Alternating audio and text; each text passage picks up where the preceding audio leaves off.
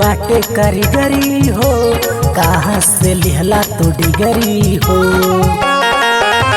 गजब के बाटे कारीगरी हो, कहाँ से लैला तो डिगरी हो।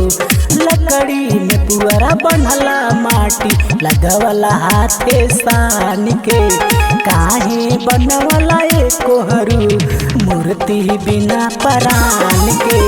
काहे बनवला एको हरू मूर्ति बिना प्राण के।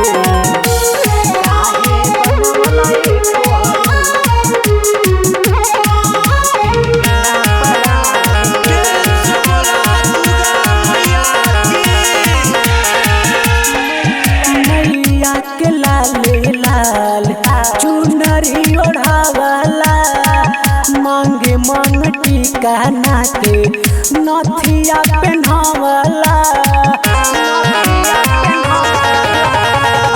मैया के लाले लाल चुनरी ओढ़ावला मांगे मांग टीका नाके नथिया पहनावला।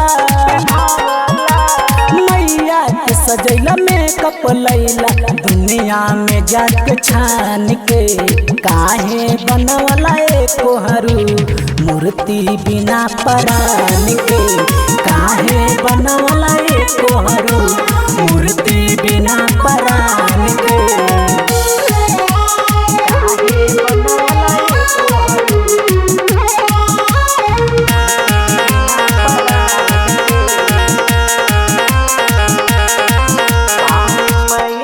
कारी कारी अखिया रचला करिया केस हो, पाँव पे जनिया पहनवला राइट सरदेश हो।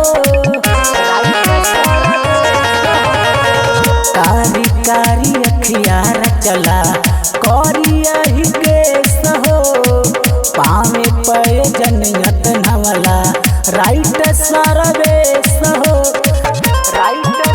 राम मिलन रखवाला सदानंद करी का गुणगान के, काहे बनवला एको हरू मूर्ति बिना प्राण के।